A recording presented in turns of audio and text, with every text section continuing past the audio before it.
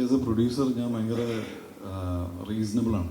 ഞാൻ നല്ല സിനിമകൾ ചെയ്യാൻ ആഗ്രഹിച്ച് വന്നൊരു പ്രൊഡ്യൂസറാണ്.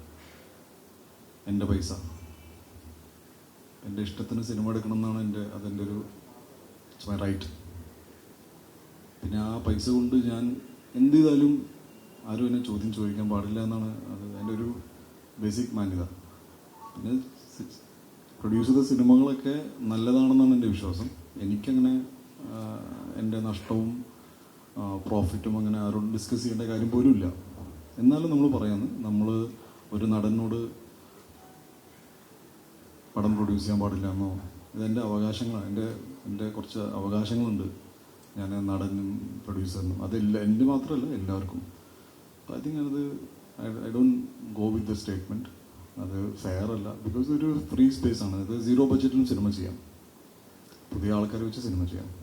ഇതിലൊരു റൂൾ ബുക്കില്ല. ഇൻഡസ്ട്രിയിൽ ആര് സിനിമ ചെയ്യണമെന്ന് എവിടെയും ഒരു ബെഞ്ച് മാർക്കില്ല. ഇന്ന ആൾക്ക് മാത്രമേ സിനിമ.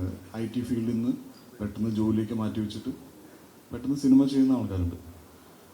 ഞാൻ പോലും സിനിമ പഠിച്ചിട്ട് വന്നൊരു സിനിമ നടനായ ആളൊന്നുമില്ല. പ്രൊഡക്ഷൻ എന്താണെന്ന് പോലും എനിക്കറിയില്ല. ഞാൻ എൻ്റെ എക്സ്പീരിയൻസ് കൊണ്ട്, അങ്ങനെ ഒരു ലൈഫ് എക്സ്പീരിയൻസ് കൊണ്ടൊക്കെ ഇങ്ങനെയൊക്കെ ആയിത്തീർന്ന.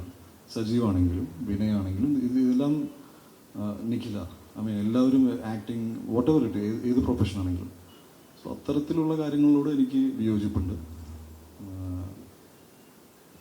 അതാണ്. പിന്നെ നല്ല സിനിമ എടുക്കാനാണ് ഇതൊക്കെ ചെയ്യുന്നത്.